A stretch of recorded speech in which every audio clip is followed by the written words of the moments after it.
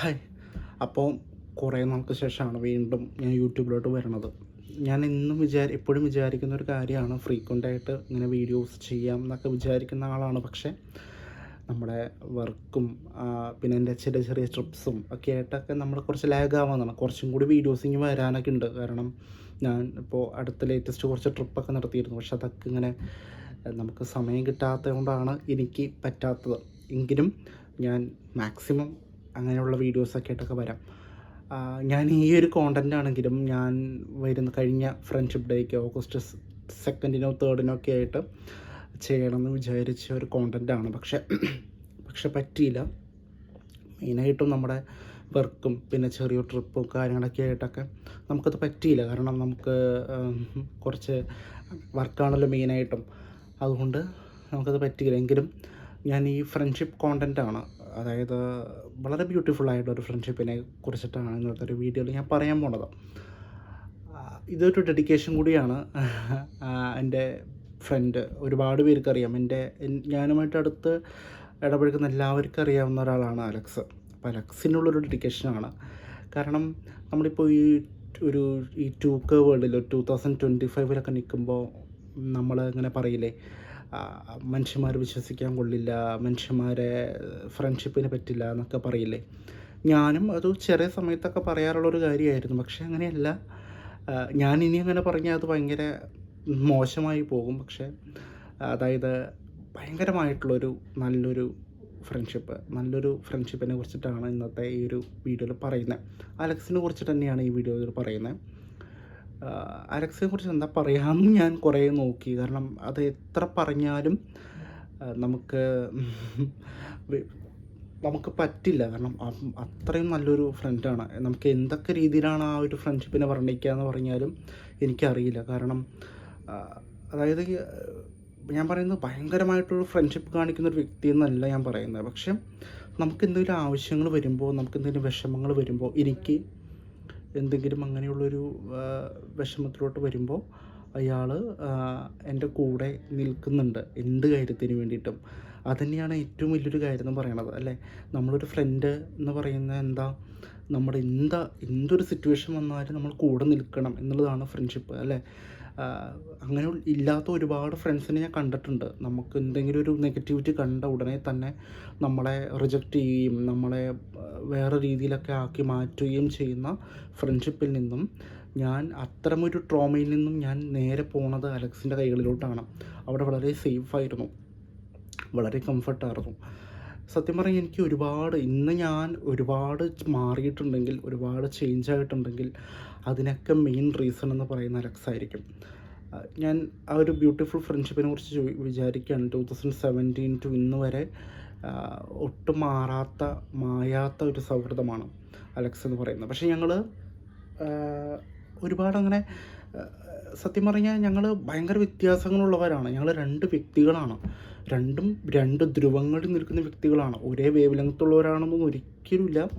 ഞങ്ങളുടെ ഫ്ലാറ്റിൽ വന്ന് കാണാൻ പറ്റും, എന്നും വഴക്കാണ്. കാരണം അയാൾ വളരെ വ്യത്യസ്തമായിട്ടുള്ളൊരു വ്യക്തിയാണ്. ദൈവമില്ല, ദൈവവിശ്വാസം, ദൈവത്തിൽ വിശ്വസിക്കുന്നവരൊക്കെ പൊട്ടന്മാർ, വിഡ്ഢികളെന്നൊക്കെ പറയുന്നവരാണ്.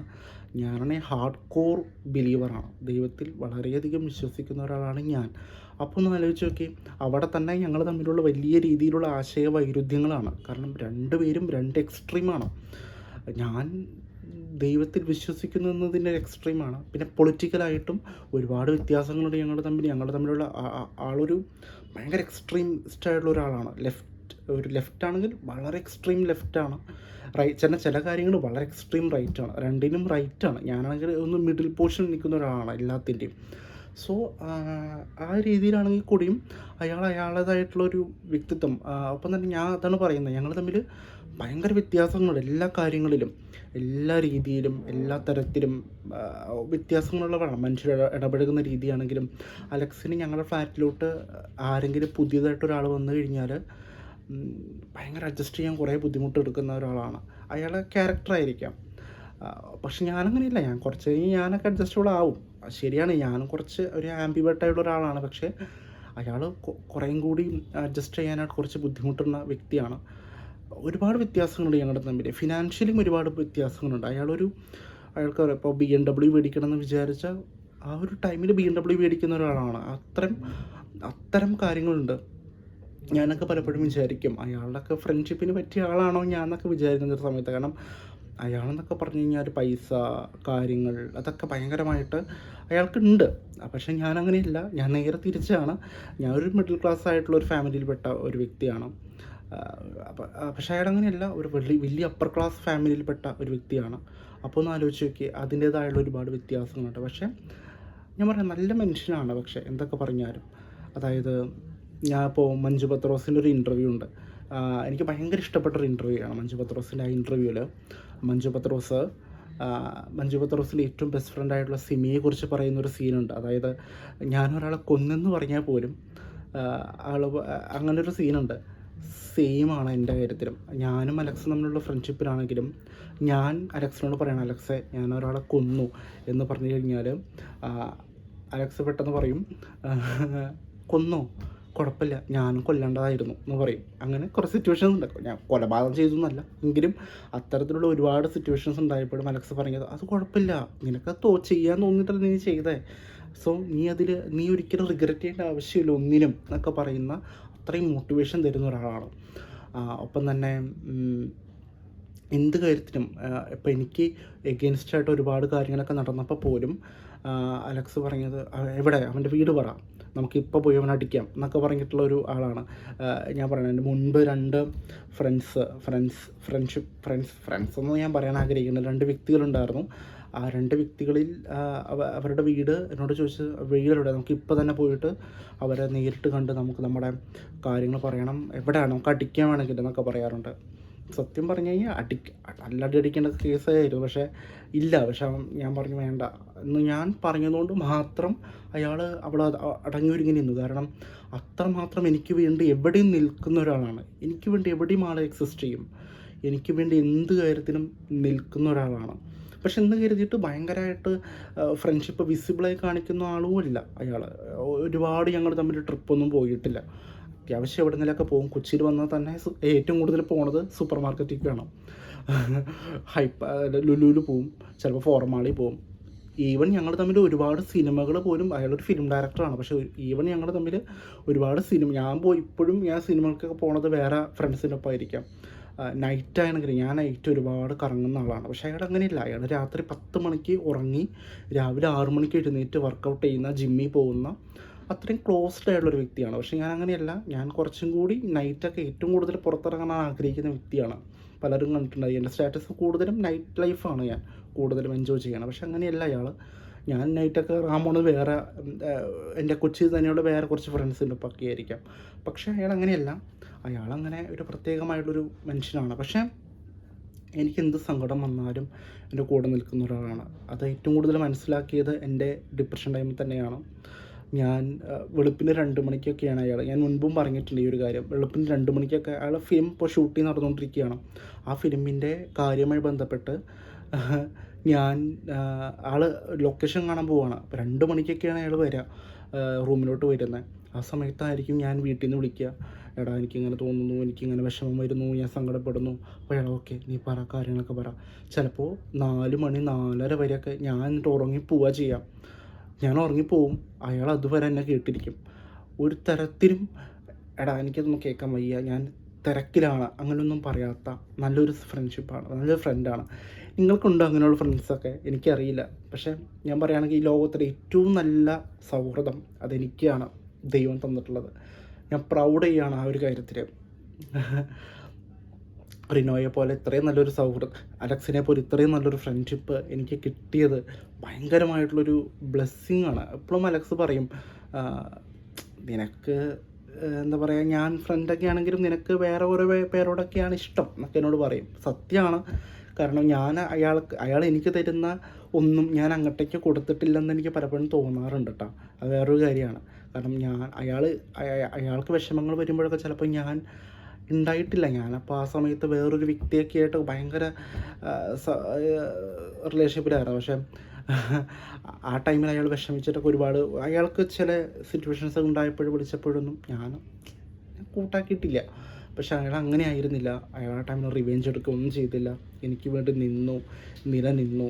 ഇപ്പോഴും എന്തൊക്കെ ഉണ്ടെങ്കിലും ഇപ്പോൾ ഞാൻ പറയട്ടെ, എനിക്ക് ഒരുപാട് മാറ്റങ്ങൾ എൻ്റെ ഡ്രസ്സിങ്, ഫാഷൻ, എൻ്റേതായിട്ടുള്ള ഈ വർക്ക്, ഈ ജോലിയാണെങ്കിലും അതുപോലെയുള്ള ഒരുപാട് കാര്യങ്ങളിൽ ഒരു കൊച്ചിയിൽ ഞാൻ ജീവിക്കുന്ന അതിൻ്റെയൊക്കെ ഒരു മെയിൻ റീസൺ എന്ന് പറയുന്ന അലക്സാണ്.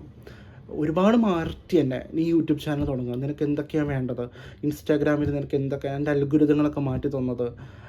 അങ്ങനെ അയാളൊരു ഫിലിം ഫീൽഡിൽ നിൽക്കുന്ന ഒരാളാണല്ലോ. അപ്പോൾ അതിൻ്റേതായിട്ടുള്ള ഒരുപാട് മാറ്റങ്ങൾ എനിക്ക് തന്നിട്ടുള്ള ഒരുപാട് ഫ്രണ്ട്സ്, ഈവൻ സെലിബ്രിറ്റികളായിട്ടുള്ള മലയാള സിനിമയിലെ സെലിബ്രിറ്റികളായുള്ള ആൾക്കാരൊക്കെ ഞാൻ പരിചയപ്പെടുന്ന പോലും ഞാൻ വിചാരിച്ചിട്ടില്ല. പക്ഷേ അയാൾ എനിക്ക് പരിചയപ്പെടുത്തി തന്നു. അയാളുടെ സെക്കൻഡ് ഫിലിമിൽ ഞാൻ അഭിനയിക്കുന്നുണ്ട്. അപ്പോൾ ഒന്ന് ആലോചിച്ച് നോക്കി. അതായത് ഫ്രണ്ട്ഷിപ്പിനെ പേരിൽ തന്ന ഒരു ഫിലിമല്ല, എനിക്ക് ആ ഒരു ക്യാരക്ടർ എനിക്ക് ചെയ്യാൻ പറ്റും എന്നുള്ള ഇതുകൊണ്ടാണ് അയാൾ എനിക്ക് ആ ഒരു ക്യാരക്ടർ തന്നത്. ഞാൻ കുറേയും കൂടി നല്ല രീതിയിൽ പറയാം. അപ്പോൾ ഞാൻ പറയുകയാണെങ്കിൽ നല്ല മനുഷ്യരൊക്കെ ഉണ്ട് കേട്ടോ. നമ്മളൊരിക്കലും മനുഷ്യന്മാരെ അണ്ടർ എസ്റ്റിമേറ്റ് ചെയ്യേണ്ട. നമ്മൾ കാണുന്നില്ല എന്നുള്ളതാണ്. കാരണം നമ്മൾ മനുഷ്യന്മാർ കൂടുതൽ ഈ നെഗറ്റീവ് ആൾക്കാരിലോട്ടും ടോക്സിക്കായുള്ള ആൾക്കാരിലോട്ടും പോകുന്നതുകൊണ്ടാണ് നമ്മൾ നല്ല മനുഷ്യന്മാരെ കാണാത്തത്. ഞാൻ ഇത് എപ്പോഴും അതാ പറയുന്നത്. എൻ്റെ 2 വ്യക്തികളുണ്ടായിരുന്നു എൻ്റെ ലൈഫിൽ. ഞാൻ എല്ലാ വിഷമങ്ങളും പറഞ്ഞു പോന്നിരുന്ന അവിടെയാണ്. പക്ഷേ അവരെന്നെ ഭയങ്കര മോശമായിട്ട് തന്നെ മാറ്റി, എനിക്ക് ട്രോമ തന്നു, എന്നെ നശിപ്പിച്ചെടുത്തു എൻ്റെ മാനസികമായിട്ട് 2 പേരും.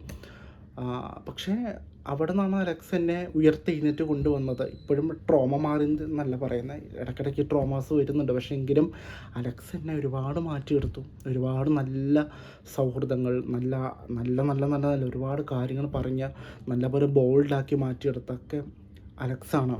സോ ഈ വീഡിയോ അലക്സ് കണ്ടാൽ പോലും എന്നപ്പോൾ തെറി പറയും, ഉറപ്പാണ്.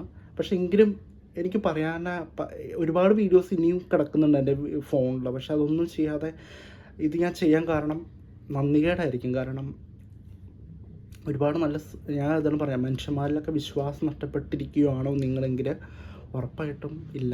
നല്ല മനുഷ്യരൊക്കെ ഉണ്ടോ നമ്മുടെ ചുറ്റൊക്കെ ഉണ്ട്. നമ്മൾ ജസ്റ്റ് നോക്കിയാൽ മതി. നമ്മുടെ വിഷമങ്ങളിലൊക്കെ നമ്മുടെ കൂടെ നിൽക്കുന്നില്ലേ. നമ്മൾ എത്രയൊക്കെ തിരക്കിലാണെങ്കിലും നമ്മളൊന്ന് വിളിച്ച ഫോൺ എടുക്കാൻ പറ്റും, പിന്നെ തിരിച്ച് വിളിക്കുന്നില്ലേ. അങ്ങനെയൊക്കെ ഒരുപാട് 1-2 പേരെങ്കിലും നിങ്ങൾക്കുണ്ടെങ്കിൽ ഞാൻ പറയുകയാണെങ്കിൽ അവരാണ് റിയൽ ഫ്രണ്ട്സ്. നിങ്ങളുടെ എന്തൊക്കെ നെഗറ്റിവിറ്റി, എന്തെല്ലാം നെഗറ്റിവിറ്റി അയാൾക്കറിയാം. ഞാൻ ചെയ്തിട്ടുള്ള പ്രശ്നങ്ങൾ, ഞാൻ ചെയ്തിട്ടുള്ള വിഷമങ്ങൾ, ഞാൻ ചെയ്തിട്ടുള്ള ഓരോരോരോരോ എന്താ പറയുക, നമ്മൾ പറയില്ലേ മോശമായ കാര്യങ്ങൾ ഒക്കെ അയാൾക്കറിയാം. എന്നൊക്കെ അറിഞ്ഞിട്ടും അയാൾ ഇപ്പോഴും നമ്മുടെ കൂടെ നിൽക്കുന്നു. ഞാൻ നിനക്ക് വേണ്ടി നിൽക്കും, എനിക്ക് വേണ്ടി അയാൾ ട്രസ്റ്റ് ചെയ്ത് നിൽക്കുന്നു. അതൊക്കെയാണ് ഏറ്റവും വലിയ ഭാഗ്യം എന്ന് പറയണേ. സോ അതൊക്കെയാണ് എൻ്റെ ലൈഫിലെ ഏറ്റവും വലിയ സൗഭാഗ്യം എന്നായിട്ട് ഞാൻ പറയണത്. അങ്ങനെയൊക്കെയുള്ള ഫ്രണ്ട്ഷിപ്പൊക്കെ വേണം. ഞാൻ ഇപ്പോഴും പറയുന്നു, അയാൾക്ക് ഞാൻ വലിയ ഇമ്പോർട്ടൻസ് കൊടുക്കണമെന്ന് വെച്ച് കഴിഞ്ഞാൽ കൊടുക്കുന്നുണ്ട്. പക്ഷേ അയാളെക്കാൾ ഇമ്പോർട്ടൻസ് കൊടുക്കുന്നൊരു വ്യക്തി എൻ്റെ ലൈഫിലുണ്ട്. പക്ഷേ എന്നിരുന്നാൽ തന്നെയും ഒരു കോൺടാക്റ്റ് ഇല്ലാത്ത ആ വ്യക്തിക്ക് കൊടുക്കുന്ന ഇമ്പോർട്ടൻസ് ഒന്നും ഞാൻ അലക്സിന് കൊടുക്കുന്നില്ല എന്നുള്ളതും എനിക്ക് ഏറ്റവും വലിയ വിഷമകരമായ ഒരു കാര്യമാണ്. എങ്കിലും ഞാൻ പറയുകയാണ്, നല്ല ഫ്രണ്ട്ഷിപ്പും നല്ല സൗഹൃദങ്ങളും നല്ല ആളുകളൊക്കെ നമ്മുടെ ലൈഫിലുണ്ട്. ഒരിക്കലും മോശമായിട്ടുള്ളവരല്ല ആരും തന്നെ. എല്ലാവർക്കും എല്ലാവരുടേതായിട്ടുള്ള നന്മവശങ്ങളൊക്കെ ഉണ്ട്. പക്ഷേ നമ്മൾ ചെന്നപ്പെടുന്നത് ഇതുപോലെയുള്ള ടോക്സിക് ആയിട്ടുള്ള വ്യക്തികൾ. ഞാൻ പറയുന്നത് ആ 2 ഫ്രണ്ട്സിനെ പറ്റിയാണ്. മുൻപത്തെ അങ്ങനെയൊക്കെ ആയിരിക്കാം. ഞാൻ കൂടുതൽ ഡീറ്റെയിൽ ആയിട്ട് കുറേ കാര്യങ്ങളൊക്കെ പറയാം. അപ്പോൾ ഈ കുറേ തിരക്കുകളുണ്ട്, ഡ്യൂട്ടി കാര്യങ്ങൾ ഒക്കെ ഉണ്ട്. പക്ഷേ ഞാൻ ഇത് പറഞ്ഞില്ലെങ്കിൽ എനിക്കെന്തോ പറയാനായിട്ട് ഒരുപാട് നന്നായിട്ട് തോന്നുന്നൊരു കാര്യമാണ്. അതുകൊണ്ടാണ് ഞാൻ ഈ ഒരു ഫ്രണ്ട്ഷിപ്പ് വീക്ക്, ഈ ഫ്രണ്ട്ഷിപ്പ് ഡേ കഴിഞ്ഞിട്ടുള്ള ഐ തിങ്ക് 2-3 ദിവസം കഴിഞ്ഞിട്ടാണ്, ചെറിയ ട്രിപ്പൊക്കെ വന്നുകൊണ്ടാണ് ഞാൻ സൺഡേ വീഡിയോ ചെയ്യാമെന്ന് വിചാരിച്ചതാണ്. പക്ഷേ പറ്റിയില്ല. ട്രിപ്പും വർക്കും കാര്യങ്ങളൊക്കെ ആയിട്ട് എനിക്ക് വേണ്ടി ജീവിക്കുന്ന സമയമാണല്ലോ. അപ്പോൾ ആ ഒരു ഹാപ്പിനെസ്സിൽ അപ്പോൾ എന്തായാലും ഇത് കുറച്ച് പേരെ അറിയട്ടെ എന്ന് വെച്ചിട്ടാണ്. നല്ല ഫ്രണ്ട്ഷിപ്പൊക്കെ ഉണ്ട്, നല്ല സൗഹൃദങ്ങളൊക്കെ ഉണ്ട്. അപ്പോൾ കൊച്ചി വന്നു കഴിഞ്ഞാൽ നമുക്ക് എന്താ പറയുക, എൻ്റെ ഇൻസ്റ്റാഗ്രാമിലൊക്കെ കുറച്ച് പേരൊക്കെ ചോദിച്ചിരുന്നു കൊച്ചി വന്നാൽ കാണാൻ പറ്റുമോ. ഉറപ്പായിട്ടും കാണാൻ പറ്റും. അലക്സിനെ കാണാൻ പറ്റുമെന്ന് ചോദിച്ചാൽ പറയാൻ പറ്റില്ല. ഞാൻ പറഞ്ഞില്ലേ ഇതൊക്കെയാണ് ഇഷ്യൂസ്. എന്നിരുന്നാൽ തന്നെയും ഹാപ്പിയാണ്, സന്തോഷമാണ്, ഹാപ്പിയാണ്. ഞാൻ വളരെ ഹാപ്പിയാണ് ഈ ഒരു ഫ്രണ്ട്ഷിപ്പിൽ. സോ എല്ലാവരും ഹാപ്പി ആയിട്ടിരിക്കുക, സന്തോഷമായിട്ടിരിക്കുക. വിഷമങ്ങളൊക്കെ വരും, നാളെ ആകുമ്പോൾ തീരും. അത്രയ്ക്കുള്ളൂ വിഷമങ്ങൾ. സന്തോഷങ്ങൾ അത്രയ്ക്കേ ഉള്ളൂ. സോ നമ്മൾ എന്തിനും എക്സ്പെക്റ്റ് ചെയ്തിരിക്കുക. ഓക്കെ, അപ്പോൾ നല്ല നല്ല ഫ്രണ്ട്സ് ഉണ്ടെങ്കിൽ ഹാപ്പി ആയിട്ട് അവർക്കൊക്കെ ഈ ഒരു വീഡിയോ നിങ്ങൾക്കുണ്ട് ഇങ്ങനെ ഒരു അലക്സ് എന്ന് വെച്ച് കഴിഞ്ഞാൽ നിങ്ങൾക്കും ഇങ്ങനെയൊരു അലക്സ് ഉണ്ടെങ്കിൽ അവർക്ക് ഈ വീഡിയോ ഷെയർ ചെയ്യുക. ഹാപ്പി ആയിരിക്കുക. Stay happy. ബൈ.